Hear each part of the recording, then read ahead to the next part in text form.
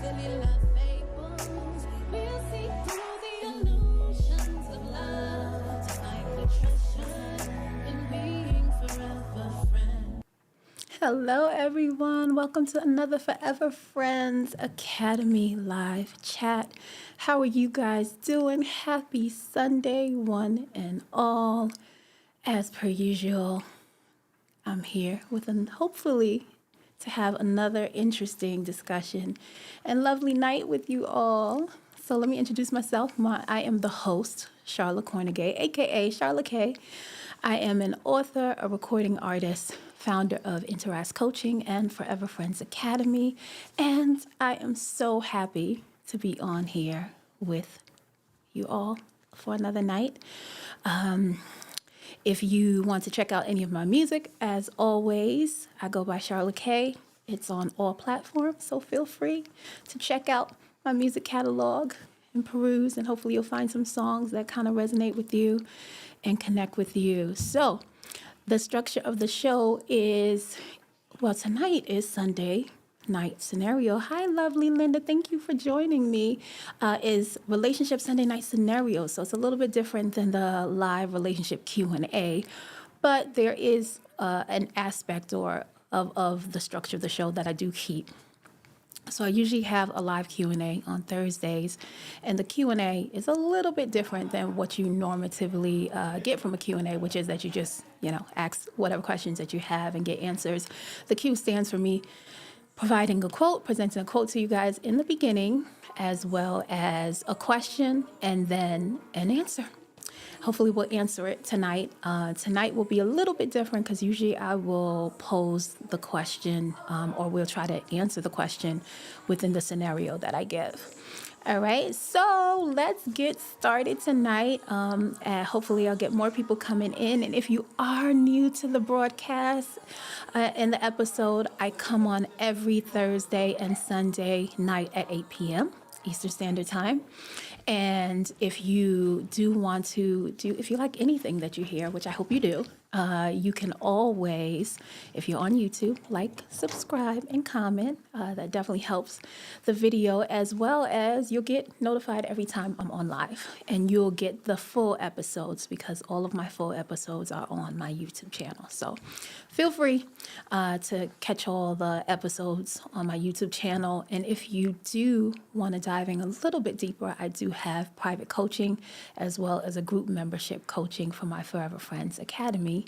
If you're on YouTube or Facebook, it's in the description in this live feed. If you're on IG, definitely click the link in my bio to see and hear some of the snippets from the group coaching. So now that we have all those things out of the way, let's get started with tonight's quote. And, lately I have been introducing quotes that have come from me and are quotes that I also put in the book, my second book that I wrote, 7 Stages of Loving Relationships. However, tonight's quote is coming from another place. It's not coming from me. And I want to make sure I'm saying it right. So I don't want to paraphrase it because I absolutely think it was articulated in just the best way.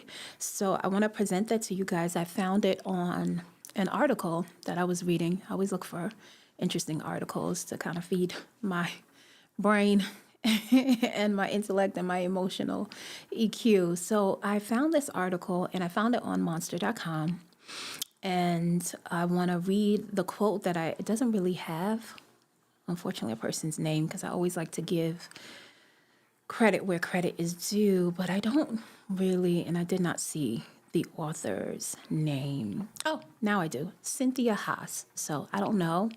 She didn't put anybody else's name for what she wrote, so I'm just going to credit it to her for this quote that I'm going to present to you guys, and let me know what your thoughts are.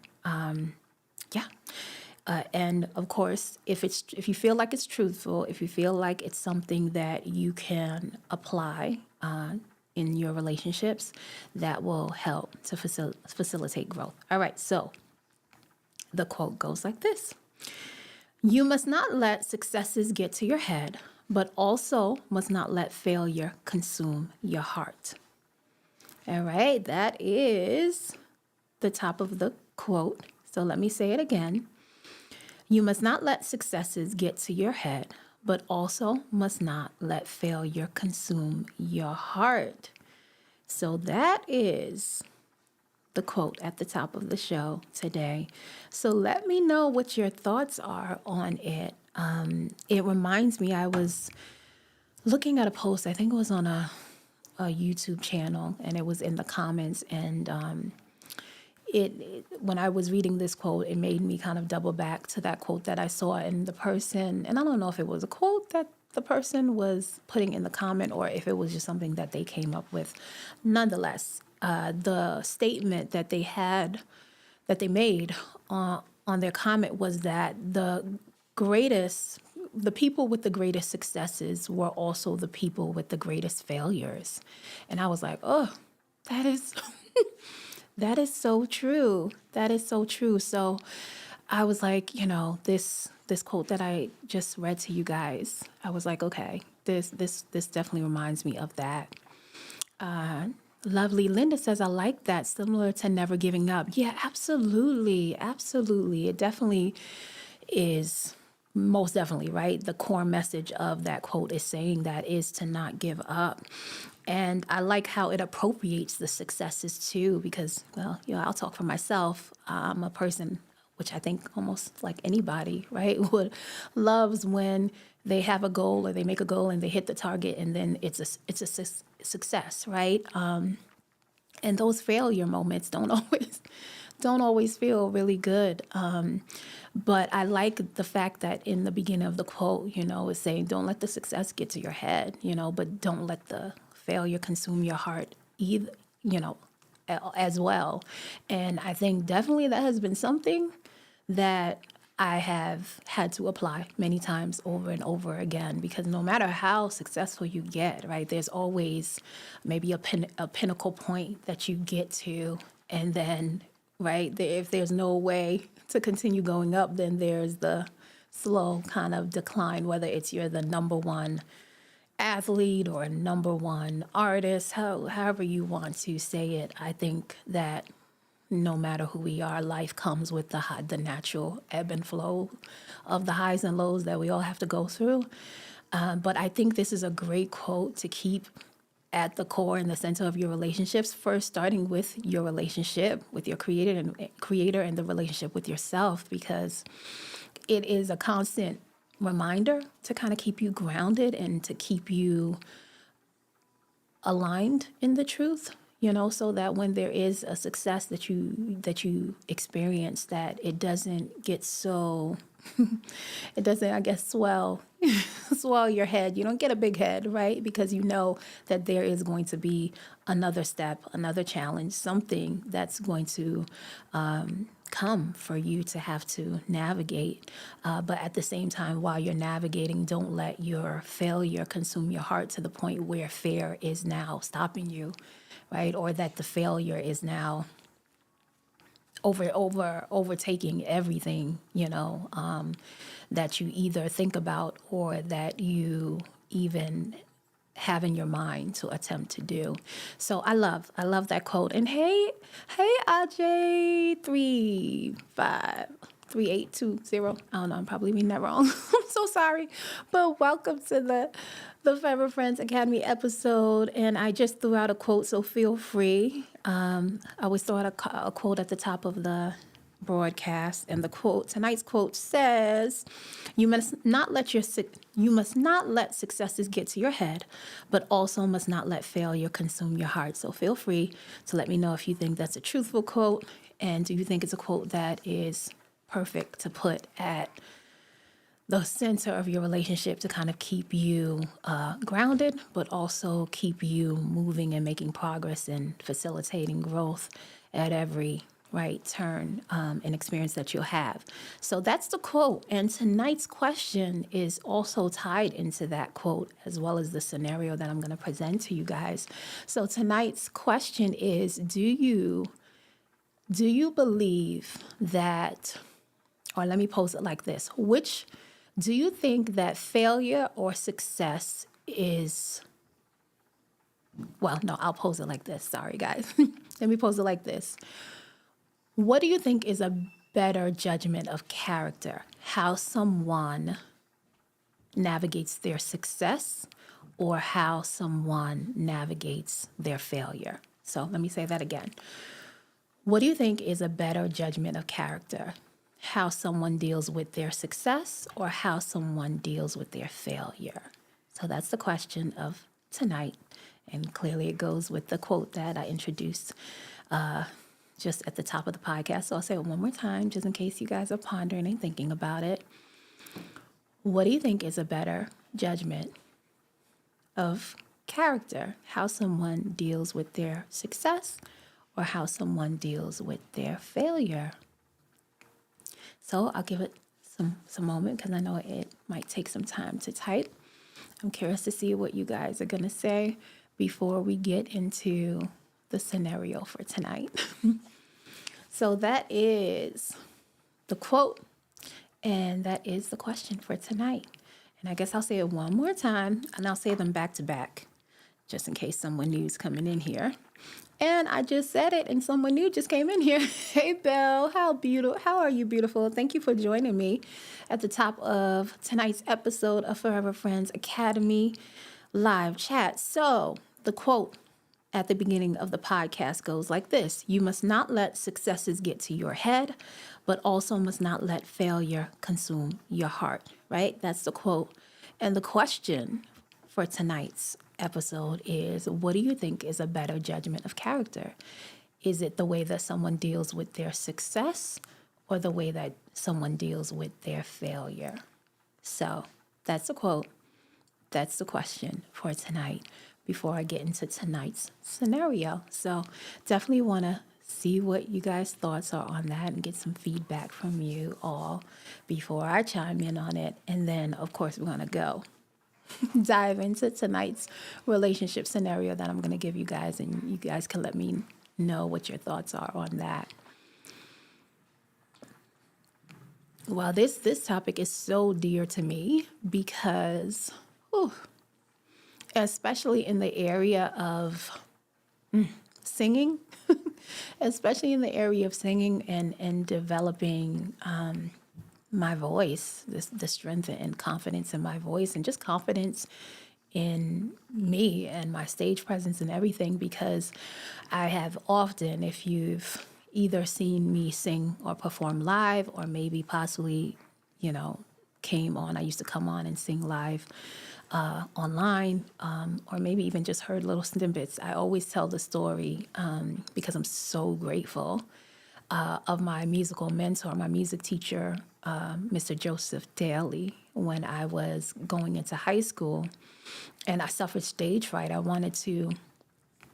started singing at 9 years old, and I started singing because I saw a young lady at the church that I went to, and Roni Hicks, by the way, love you, Roni, just in case you catch this episode.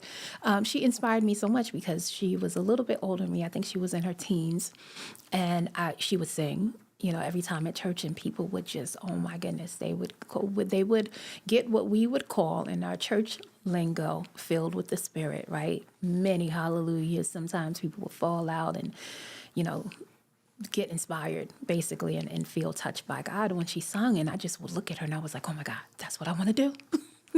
That is what I want to do. Before then, I loved acting. Acting was my first love. But when I had that, encounter with her and seeing how the people responded to her, I just said, oh my gosh, that is definitely something that I want to do. So I had my little first solo at a Christmas concert that we had, and I sung Away in a Manger. And I'm originally from Jamaica, so my voice was so squeaky. I have a naturally high-pitched voice and a little cute accent, and so I just started singing the song, and in my head, y'all, I expected to get the same response. I expected to sound like her. I expected to get the audience, have the same response that they did, with her. But I had no idea how long she'd been singing, if she had gotten training. I had no training, y'all. And so they started smiling, a little chuckle here and there. And I just read it as, oh my goodness, I must be horrible. They don't like me. and I literally dropped the mic and I ran, y'all. I ran. We had a little, what do you call those? What do you call a church? Like a storefront church, right? So it wasn't big, it was small. And I was here and the door was like right there. So I just dropped the mic and ran out the door and ran in the hallway. And I didn't realize that it would affect me so much, but it did. It made me literally develop stage fright from then on. Like she had to pull me back out, and I don't even think I could finish the song without her having to kind of like sing it really with me and really just her by herself. And after that, I was like, I'm never singing again. And I really meant it. I didn't even try to go out for any solos or anything. I just was like, that's it. That's not for me. And when I went to high school, you have to choose an elective. And so I saw chorus and I said, okay, bunch of people, I will definitely be lip syncing my way to an A.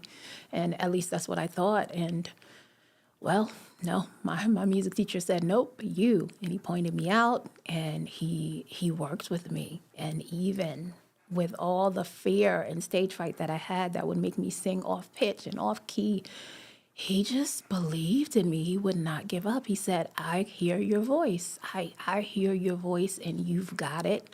And it's just the fear. It is just the fear. And once you remove the fear, you will see how free and how skilled you will become as a singer. And thank God for him, because he would literally sign me up to go on performances. And even though I was scared out of I don't know if anybody has struggled with, maybe some people don't like to speak in front of audiences and they get nervous and anxiety and things like that. I don't necessarily think I got anxiety, but definitely the nerves. Oh my goodness, the nerve. It didn't matter how much I practice, like in at my house or things like that, and try to get ready. And if it sounded amazing when I practice at home, when I would get on the stage, the fear would just come in, and then, oh my goodness, something off would happen. It would sound horrible. And I had many, many, many, many times where I ultimately definitely felt like, okay, I failed that performance. Like I failed it,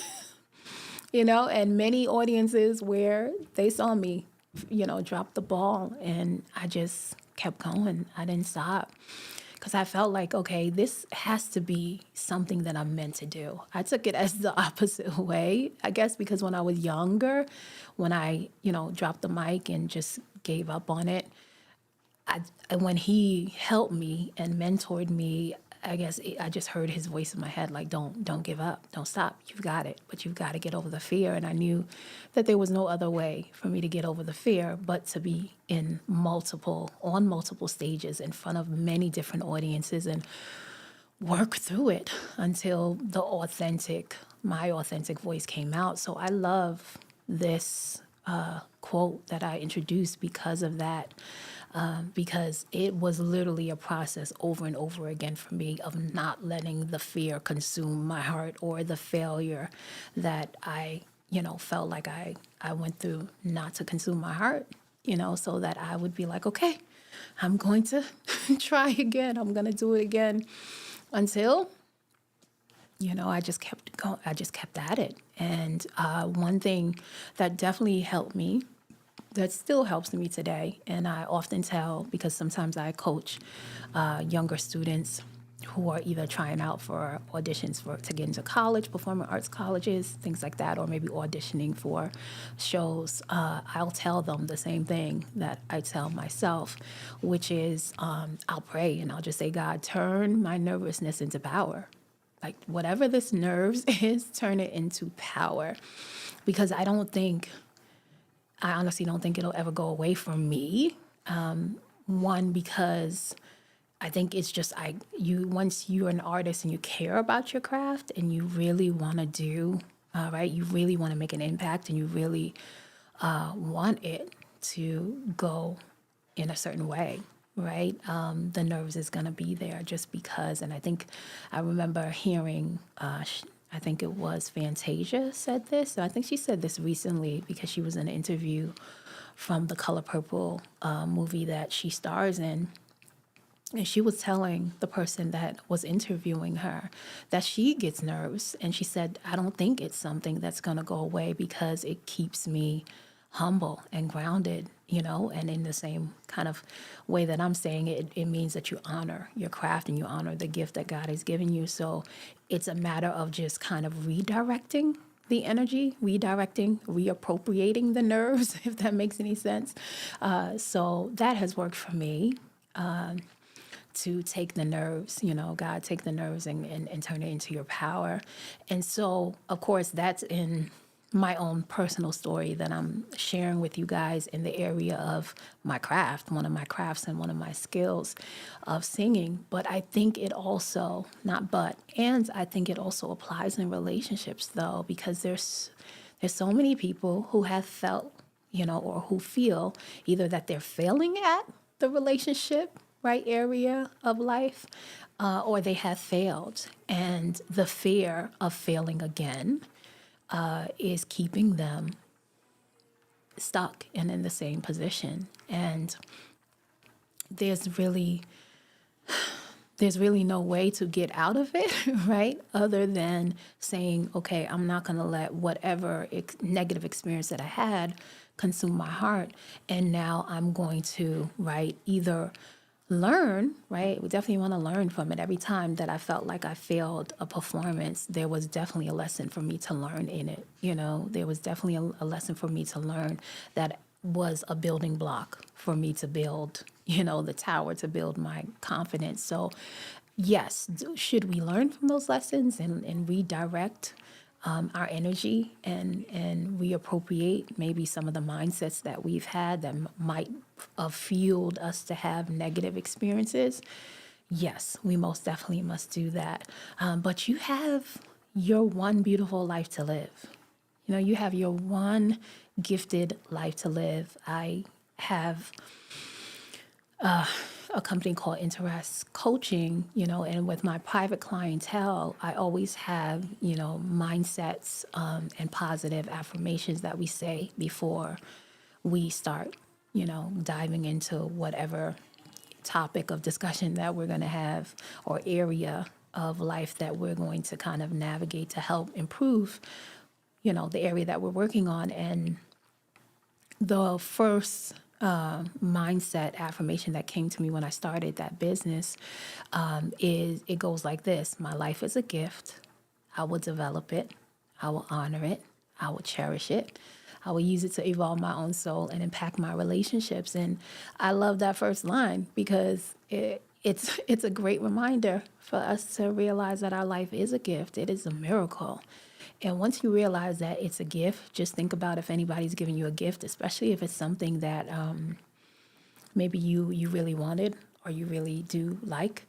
You want to embrace that gift. You want to take it. You want to cherish it. You want to get the most out of it. And so I think the same way, right? We should think about our life. So if your life is a gift and it is a miracle, I think that no matter what failures come and what fear comes, we should commit to and vow to continue developing it, continue honoring it, continue cherishing it. And so for me, going on different stages and not letting any time I felt like embarrassed because I made a mistake or it didn't go the way that I wanted to go, I said, I'm gonna go on another stage and in a bigger stage, I'm gonna make the stakes higher for myself, where I'm not going to let the fear control me, but I'm going to actually go towards it. And I remember one example where that was definitely a pinnacle moment for me, a pivotal moment for me, where I auditioned for Apollo Theater. And for those of you who don't know what the historic, the Apollo Theater is, many, many greats have graced that stage. Michael Jackson, Lauryn Hill, James Brown, just you name it, right? It's just one of those monumental, what do you call it? Yeah, artistic theaters that a whole bunch of gifted musicians have went through. And it's known for the fact that it is one of the very it is, I don't know if there's another place who does, that does that. I don't know. So I'm just going to say it's the only place that I know of that where you can audition to perform. And the structure of the show is that you perform and the people literally can pay. And if they don't like you, they can start booing you. Mind you, and here's the thing, here's the kicker, right? Because the kicker of that show is that, there you can eat, they serve drinks and things like that. So if people are inebriated, right? If they if they had some alcohol in their system, you don't even have to sing a note and they'll start booing you, right? Because they're feeling good. They know that this is one of probably very few places where you can actually boo an artist, right? So you might not even have to sing a note and they'll just start booing you. Maybe they don't like how you look. Maybe you look too pretty. It doesn't matter. Whichever spectrum it is, they will boo you. So that was one of the things where I was like, okay, I'm signing up for the suffering at this point, right? I'm going to sign up and I'm going to face the fear. I'm not even going to wait for it to chase me. I'm going to face it. And that was a big moment for me. It was a big moment for me. I went and I chose a hard song to sing. I didn't sing one of my original songs because, people are still getting to know me as an artist, but I chose to sing a Beyonce song, Love on Top. And if any singer will let you know, that's not an easy song to sing, especially as you start to modulate. But I didn't get booed, thankfully. And I even placed second. So I was happy. It was monumental for me because here I was struggling time and time again, going on these stages and letting the fear get me, it felt like I was in a boxing match, where I was feeling like I was getting like hit, every second, body blows, head blows, just because the fear would get me every single time. So here I am on the stage where I know literally the likelihood of people booing you is very high, and I just said, okay, I'm just going to go out there and just do my thing. I'm going to go out there and give it all I got, and kind of the way that when you exercise or an athlete kind of breathes through the burn, and the suffering of their body, that their body and their muscle kind of goes through as they're building those muscles. I said, I'm gonna do that when I get on that stage, and it was a great experience and a great night.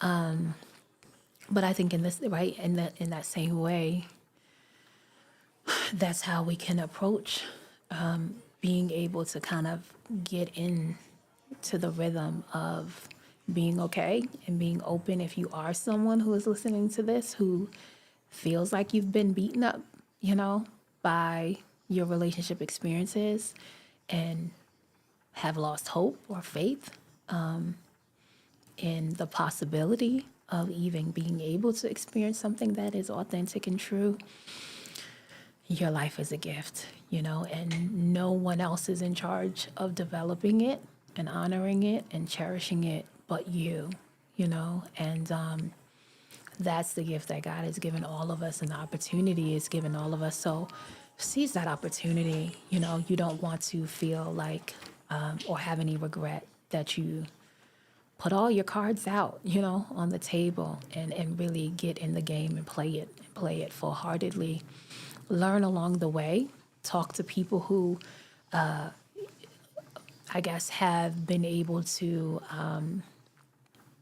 allow their life to unfold where you see they are kind of governing their relationships in the spirit of truth and God holding the relationship together. Talk to those people, learn from them, because there's no reason why, if they are afforded those experiences, that you can't also have the opportunity to have that or a similar experience to what they're having. So I absolutely love the quote. And I also would chime in on the question. I do feel, and just from my personal experience, definitely I feel like what is a better judgment of character is how somebody navigates failure. And I think it's so important to kind of talk about this in the relationship space, because we don't want things to fail. We want things to be perfect when it comes to a relationship, right? If I pick your perfect match, I just went today with my oldest daughter, and she has beautifully, elevated to, she's been dancing since she was like 4. And she's elevated to now where she's gotten her point shoes. So it was a great, like, celebratory moment for her. And I had no idea how layered and complex the process can be of the ballerina finding the perfect fit, or at least as perfect as possible, point shoes. It's like a very it could be tedious. It could be a tedious process. And so while we were there, I said, who would have known that picking point shoes was very similar to like finding a partner in life? Because I had to keep on trying all of these shoes and trying to figure out if their feet kind of fit comfortably in there, and if it wasn't sliding down. There were so many things that they had to take into consideration, so it definitely made me think of that. But just going back to why I think that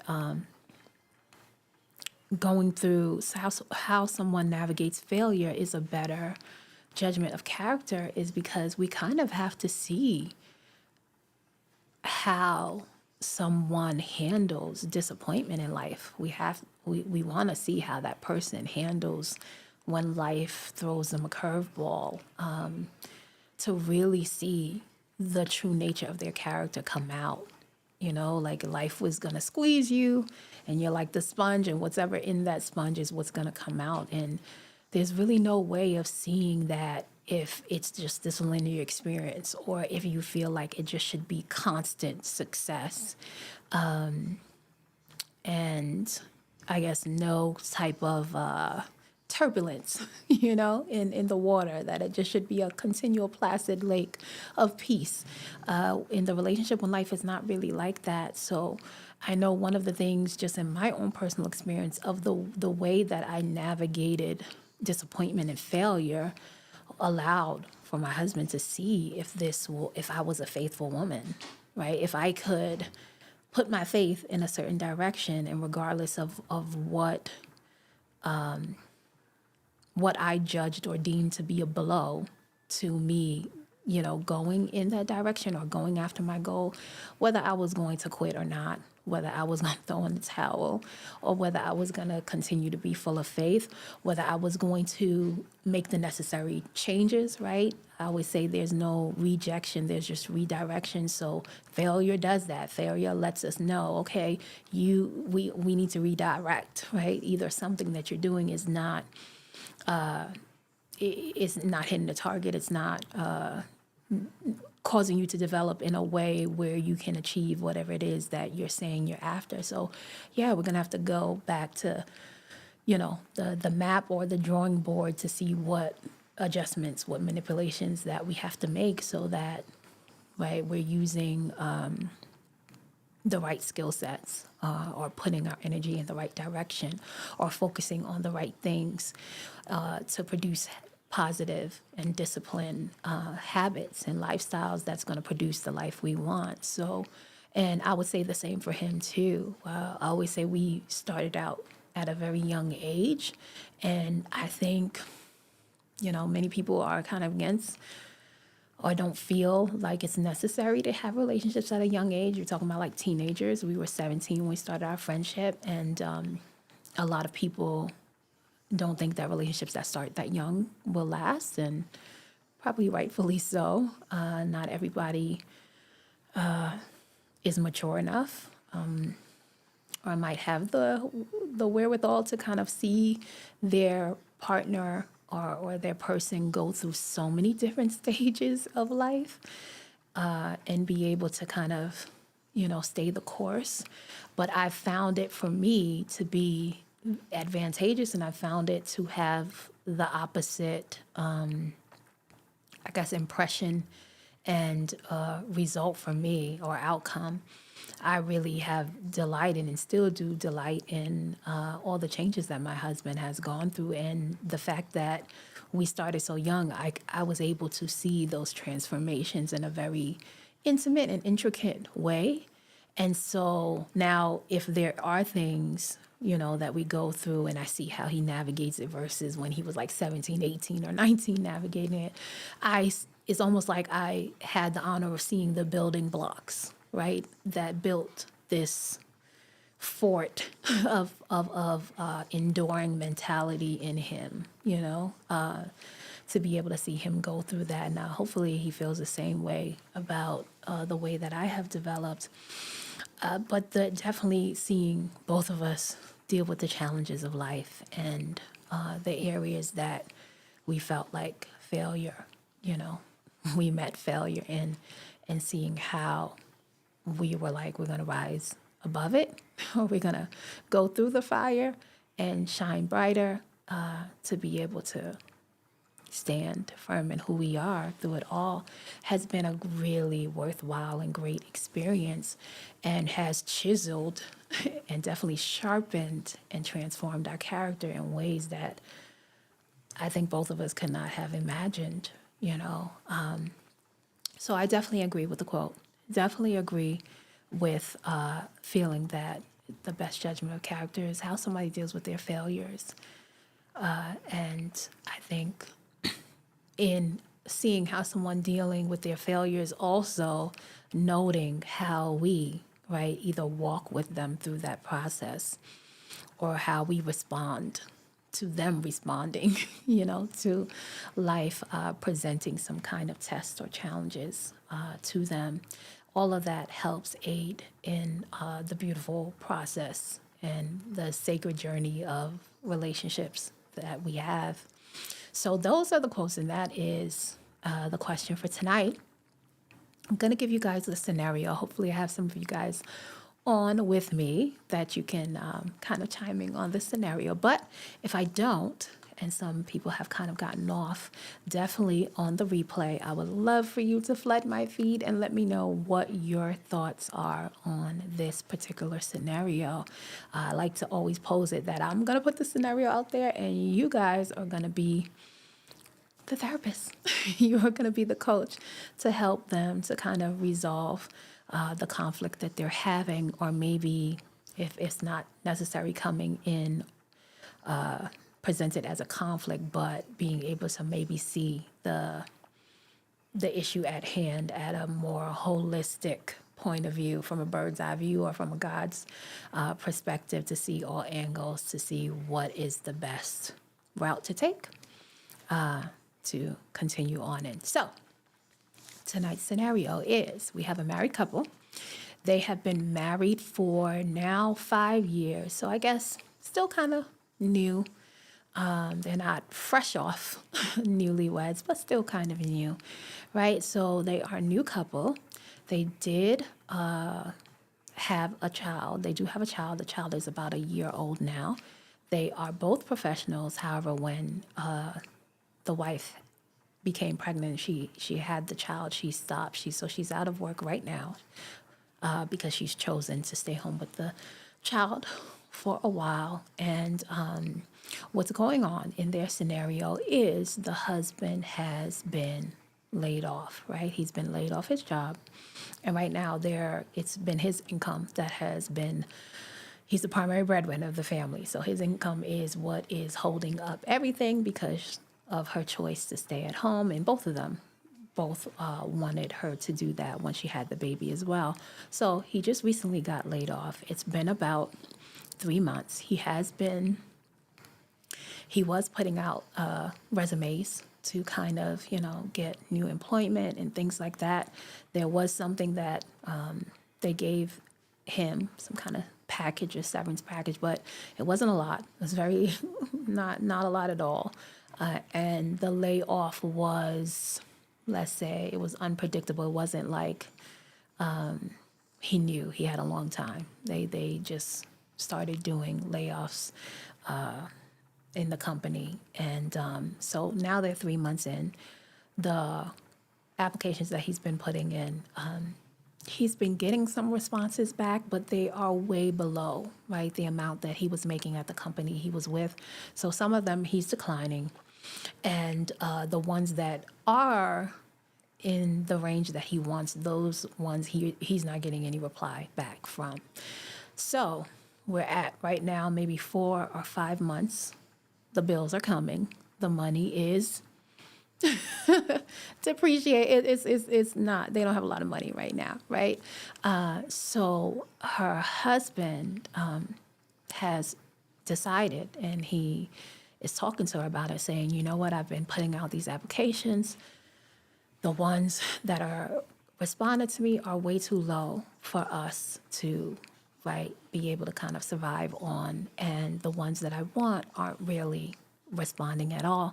So I'm deciding that, you know what, I'm going to go headstrong and develop my own business. I want to start my own business. And he's in like the tech field and things like that. And so he's like, you know, I just want to start it and kind of market myself and brand myself, and then we will go from that. And so when she first hears it, she's like, oh my gosh,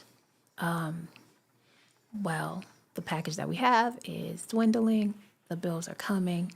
It's already a strain. Do you think you might just want to take one of the jobs that did already get back to you and say they will take you on, even if it's not the amount that you're looking for? Because at least that would, you know, we'll have some kind of cushion to work with.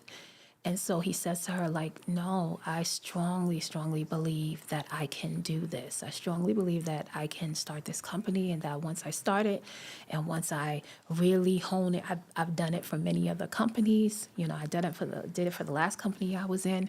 I can now take this on my own and take it all the way. And I promise you that if you just walk with me with this and believe in me, that we will be, you know, we'll get over the hump. And not only over the hump, but we'll thrive. And when we're on the other end, we're going to flourish.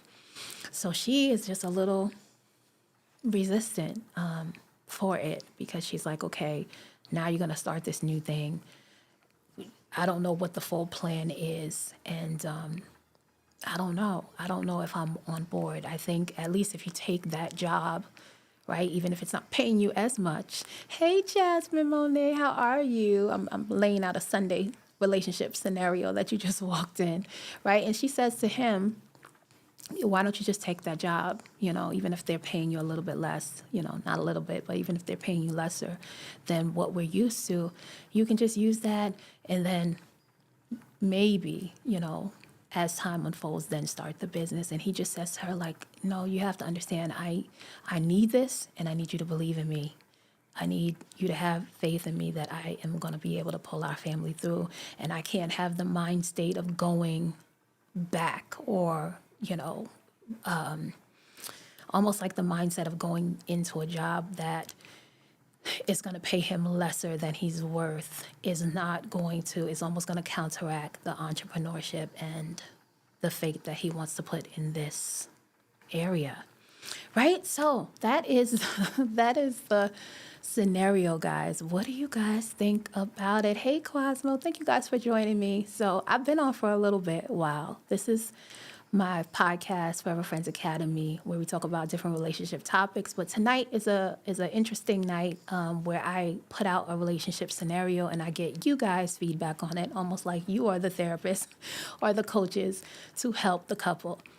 So I put out a scenario that kind of ties in with the quotes that I put out tonight. And the quote was basically, do not let your success get to your head, but do not allow your failures to consume your heart. So that was the quote. And I had a question that I posed out to the other people who were on was, what do you think is a better judgment of character? How someone deals with their success, or how someone deals with their failures, right? So that's the quote, that's the question. And the scenario that's tied in with that is that you have a couple. They're not newlyweds, but they're only like 5 years in. They do have a 1-year-old. The husband gets laid off. It's not something that it happened quickly. They gave him a little package, but not enough to sustain them for a long period of time. So it's about maybe 3 months to 5 months in now, he's been putting out applications. He's getting response from other jobs, but they're paying low pay from what he's used to. The ones that he's going after that would pay him what he was making and above are not responding. So he comes to his wife and says, I want to start my own business. He's in the tech field. I've been in other businesses. I've helped them build their brands. I know that I can do this. And I feel like this space and, that we're in, even though it's a hard place for us, I feel like it is the perfect thing to propel me into doing this. The wife is not really with it because the money has dwindled and the bills are coming and they got a 1-year-old. And so she's telling him he should take the job, even if it's a lesser pay. And he's like, I can't. I don't want to have a plan B. This is my plan A. I don't want to go into that job, even though I know, that I'm worth more than it. I want to use what I know and the faith and put it in the direction of my entrepreneurship. And I just need you to really believe in me and have faith that I'm going to see our family through the other side. So what do you think? Are you agreeing with the husband? He feels like if she can't kind of follow him in this way or believe in him or have faith in him, is showing a lack of trust and a lack of faith, that he's not going to put his family in a, I guess, what's the word I'm looking for, in a bad position? Or do you think that she is right? She's not necessarily lacking faith, but she wants to have some stability, and that there's nothing wrong with him taking the job that pays him less until, they can have some kind of cushion and then he can build the business afterwards. So that is the scenario, folks. I'm curious to see what your thoughts are on this. This made me think of, I don't know if any of you guys have watched the movie. By the way, it's a really good movie. I just watched it yesterday. And I think it's called Big George Foreman. It's basically, it's not a documentary, it's a movie about George Foreman's life and his boxing career. And I thought it was really interesting. I didn't know a lot of what transpired in his life, but it's very interesting. So I don't want to give you a spoiler or anything like that, but there was a scene in the movie that kind of reminds me of the scenario. Not exactly, but he was married twice, as far as I know, at least what the movie told. And his second wife, he saw something that he basically, I'm trying not to spoil it for y'all if y'all want to see it, but basically he was making a switch in almost his career, let's just put it like that. And he saw this building that he wanted to purchase, and she wasn't his wife yet, but he had asked her, do you believe that I can do this? And in the movie, she said, yes, I do. So it kind of made me think of that. All right, so we have Cosmo says, I don't know, that's a horrible relationship. I wouldn't want to be in a relationship with someone like that. Really? So you think, ooh. Well, why do you say it's horrible? Are you saying it because of the woman, or are you saying it because of the circumstance? Like what he said, that's a horrible, flat out, that's a horrible relationship. And I would not want to be in a relationship like that. Why? Why do you say it's horrible? Wow. Is it because you feel like, I don't know, do you feel like he's demanding too much of her, or do you feel like she has no faith in him? Or is it just the situation? I'm curious. I don't know. So we got one answer. He said it's just a horrible relationship and he would not want to be in a relationship like that. Wow, it's both? Oh, wow. So I guess he thinks on both their ends. Oh, the situation. Well, yeah, of course. I don't think anybody would want to be in that situation, but it happens so often in life, right?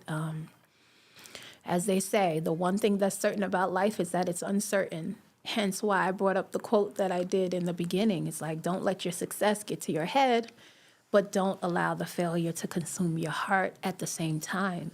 Because no matter what apex you go to. It's like, who says that? I don't know if it's Lauryn Hill that I heard that from, but it's a quote where they say, the same people that basically praise you are the same people that like, tear you down. So it's like you're riding the wave and you're number one or you're high. You're at the highest point. When you're at the highest point, there's nowhere else to go, and I don't think you can stay number one forever. So, and just life challenges. Life throws us curveballs at, all the time. And we have to learn how to navigate those things. But he says, but as a man, you have to do what you got to do. Okay.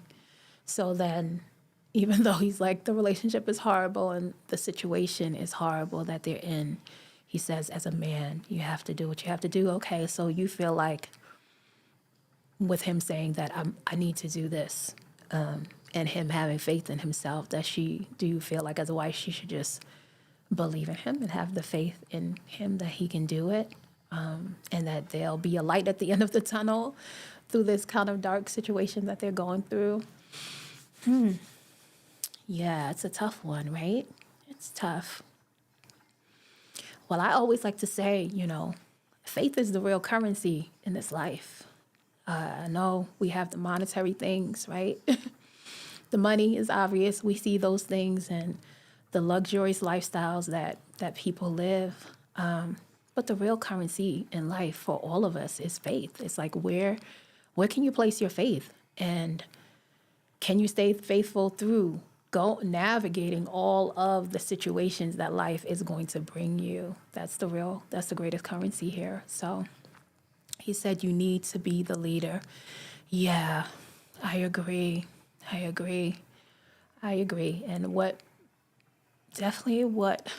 makes it easier to be the leader is if you do have people who have faith in you and people who are okay with trusting the process. So I agree with you on that, Cosmo. I definitely do. We just talked about, I think on my last podcast, I introduced this quote. And I guess depending on who you are and where you are, it could be controversial or maybe not. But it was a quote that I heard on this podcast called Hardly Initiated. And it was a coach who was on there. I think his name was Coach Crump. And he said, the quote he gave was that women are the most powerful beings, but men are the most important. And I had put it out there to see what people's thoughts were on that quote. And I had told them I agreed with that quote. I agreed with that quote because the position of, right, especially in a situation like this, a husband is one that lays down a foundation of stability, of security, and you take men, and of course, let's state this, men who are grounded in God, men who are willing to allow God to work on their heart and really know what true leadership looks like. And I always say on this podcast that God is the greatest servant because God is creating everything and serving and meeting everyone and everything that God has created its needs at right when it needs it. So when you make a statement like that, like the men are the most important, it's because principally what needs to be done, right? Like you said, Cosmo said, a man needs to be a leader. He needs to be able to demonstrate, which I think in this situation, the husband is demonstrating how to have faith and remain faithful in times of, right? In times of failure, in times of challenging situations, in times of disappointment. It just means that the man principally demonstrates first, right? And when that is principally is a foundation, then pretty much the women and the children, they have a stability to flourish in that way. And so I think, I agree with you on that, Cosmo. I do think as hard as and challenging, right? It is for all of us, I think, to remain in faith when there are disheartening things that happen in our life. It's a must. It's kind of like life 101. It should be a whole rule, like you must remain faithful because life is going to throw you many different situations and circumstances, and it's not for your demise, but it is needed to sharpen your character and to cultivate you and bring out what is best inside of you. And so I think it would be advantageous for her as his wife to say, you know what, we are going to go out on faith together. And yes, I believe in you. I believe in you that you're gonna be able to take the same skill sets and the same talents that you have put into other companies to build their vision and to, create and help compound their wealth, that I believe that you have the fortitude to do this and put your energy and your faith in that direction. And let's come together and let's see how we can plan this out. How is the best way that I can support you to do this? What can we come up to devise a plan?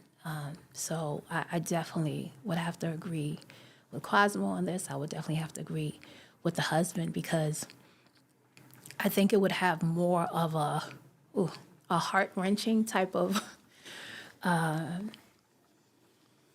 impact if she's like, no, because at the end of the day, if she says, no, just go take that job, even if that's not, one, they're not giving you what you're worth, right? So it automatically, somebody going into, I guess, in his position, because he's been in careers and been in businesses who would have paid him what, right?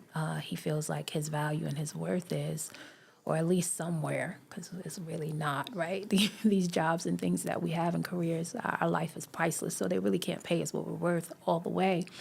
But at least they're willing to, see you for who you are and honor your skill sets in a way where they're going to give you a certain amount, render you a certain amount of income for your time and energy.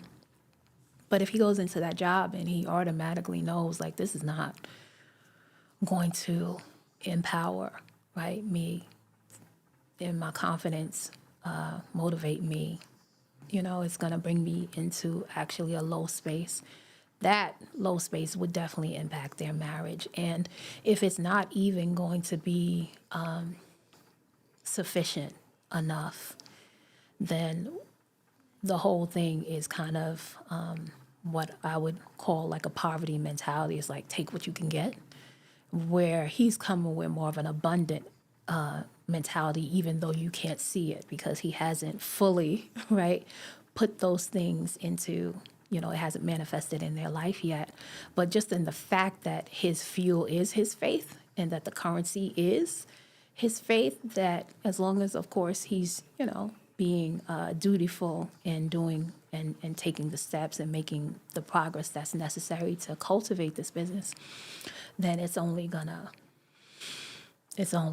impact their relationship in a good way. And, if he does do it and they come out on the other side, better than they were before, and he had the support of his wife and the faith that she has in him, that's just going to make their marriage stronger, right? It's just going to make their marriage stronger. And the fact that they were able to kind of hold each other's hand in the midst of the storm, and the storm didn't, right, make them break apart, make them come against each other, or pit them once, against each other, then they're just going to come out stronger. So that's what I feel about that scenario.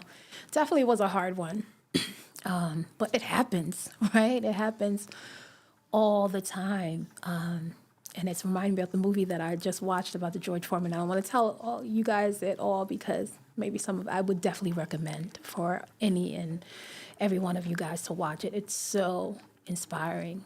But you can see in the movie, just like in many of our lives, how the successes and the failures kind of work together to make him who he is. And you get to kind of see how he navigated some of those successes and failures. And I definitely gleaned a lot from the movie. I pulled a lot of principles from it to move forward in my own life. So hopefully you guys will take some time to watch it. It just recently, at least, I don't know, did it just recently come out? Maybe I just recently just watched it.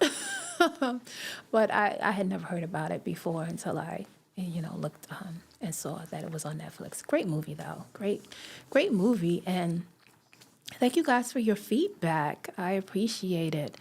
I think this is so important for us to kind of keep in our mindsets, whether it's just us dealing with our own relationship with ourselves, to not let our own failures cause us to remain stuck or complacent in a place where we don't need to be, or where we're not honoring this gift and this miracle of life that we've been offered, or whether it's just someone who's had a failed relationship and therefore they just are like, I'm not going to try anymore at all. I'm not going to try it at all anymore because the fear of failing again is causing them to just remain in a stuck place. But I want to, I'm about to get off soon, but I want to read you guys these three. There were like 3 points, bullet points from this article that I got the quote from the top of the podcast from, right? And so I'll give you some points that it stated because I think it's really good. And if you want to look it up, again, I got it from monster.com. And it's called Lessons on Success, 3 Reasons Why Failing is Good. And the author is Cynthia Haas. Give people their flowers, y'all. For real, I just think in today, modern society, it's like so many of us have gifts, so many of us have ideas. And I think because we live in like a fear-based society, meaning that you don't want to necessarily share what those things in just because you might think that someone's going to steal your idea, right? And I remember reading this book. It's called Tribes, and I forget the name of the author, but he's brilliant, and I can't remember his name off the top of my head. When I come back on, I'll let you guys know who the author is so you can kind of check the book out. But I love the book because he was saying that information is meant to be spread, like we are meant to, whatever our skills is, to share it with the world. But now, unfortunately, because of the way things are, and because people do steal people's ideas and people do things like that, and they don't give honor to the person who originally created it, then people kind of get stuck where they don't want to share it, and they never really, hone in on their craft or share the things that or the insight that they have, just because they don't want people to rob them of it and not give them, the respect or the honor due for being in a position to hear. And I always say, none of us got copyright on this stuff. You know what I mean? God has all the copyright, right? But it's great when somebody is humble enough to say, okay, this is where this originally came from, because it at least gives honor to the fact that the person was able to be in a space of openness to receive the insight and the information from God to give it to others. So anyway, sorry, I probably went on a whole nother side note. But I said that because I want to make sure you guys know, if it's not coming directly from me, who it's coming from, so that I can give them the honor and the respect due. So one of the things that it said was, failure won't kill you, but your fear to fail just may keep you from success. I like that. Let me say that again. It said, failure won't kill you, but your fear to fail just may keep you from success. So that's a really good one, right? And the whole article talks about why failure is good. And I love these 3 bullet points that it gave. Some of them we talked about already. It said, failure is a redirection. It shows you where you shouldn't be. Y'all, let me say that again. I love that. Failure is a redirection. It shows you where you shouldn't be. And that hits so home to me because many of you guys who have come on my show before or have checked it out, you guys know I always, have shared my childhood and my upbringing, and that my father passed away when I was 7, and my mom couldn't take care of me for a good portion of my childhood. Thank God for my grandmother stepping in to take care of us. But a lot of what I learned, I always say I learned how to love from knowing what love was not first. I learned what love is from knowing what it is not first. So it's kind of like, well, I guess it depends. Maybe somebody might say it's like learning in reverse. So that's what this quote reminds me of, that failure is a redirection. It shows you where you shouldn't be. And so that's a great thing. I always have told people, and thankfully, I don't know how. Well, no, I do know how. I took on this mentality. I always tell people when you are, in regards to me, I have learned the beauty in being able to kind of let go and not feel rejected or not feel or take things personal when someone does not embrace what you have to offer or who you are. And I said I learned that because I had to let go of the two fundamental people, right, in life, really, for anyone who comes into the world, your mother and your father. So I had to kind of release the idea of them being the ones to teach me about certain life principles because it just wasn't, right, the deck of cards that was given to me. And once I did that, then it left a lot of room for God to come in and kind of teach me certain things. And more importantly, allow the other people that he would bring, I call them my angels because they teach me, whether it's somebody who did something wrong to me or somebody who offered some kind of positivity to me or goodness, they're all were teachers to me. So I was able to kind of look out, for those angels and the other people who I could kind of pull certain lessons from. And that's what this reminds me of. And so whenever I would be in spaces of like, whether I had a crush on somebody that I liked and maybe they didn't like me in that same way, I just never really took it personal. I kind of was like, I'm so glad that you were, because they would always be upfront with me. They would always say, maybe you're a good girl. I'd have to settle down with you, and that's not really where I'm at. And so I would appreciate it that they said, because I would say, well, whoever the one who, said that I wasn't the one, all they did was just push me towards, right? My husband, all they did was push me towards the person who was for me. So that particular bullet point reminds me of that, right? That failure is a redirection. It shows you where you shouldn't be. And we want to know where we shouldn't be so that we can not put our energy and our time in that direction. And, right, we don't want to miss where we should be or the people that we should be with or, those who are supposed to be in our life. Number 2 is failure is an opportunity. It's a chance to reevaluate and come back stronger with better reasoning. Very true, right? Failure is an opportunity, just that alone. And having that as your mindset is what will allow you to not be stuck when something does not go your way or something doesn't go as planned. It definitely helped me the many times where I was on somebody's stage and felt like I fell flat on my face, and it didn't come out the way that I wanted to. I definitely had to look at it as an opportunity, to learn from it, grow, come back with better reasoning, with better strategies, so I love that. And last one that I'll give you guys before I get off, it says that failure is not fatal. So important. Let me say that again. Failure is not fatal. No matter how hard it may be, know that failure simply means you get another shot to try again. Literally, right? The main point of this whole episode is that failure is not fatal. It's not. As long as you take the opportunity, as long as you see it as redirection, it most definitely is another chance at you trying again. But now trying again with more things in your toolkit, right? More resources that allow you to make better decisions, better what's the word I'm looking for? Better practices, right? To be able to improve your skill sets. So failure is never fatal. And that's why I love the scenario that we had tonight, because I think the husband in that scenario, he understood that. He understood that, and that, shoot, if it's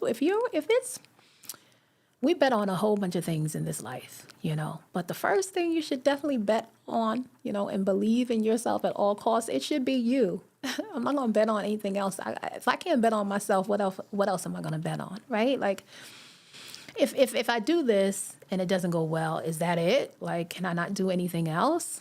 No, and I think the energy that he was coming with was that, I might as well bet on myself. And what does he have, right? What is the risk?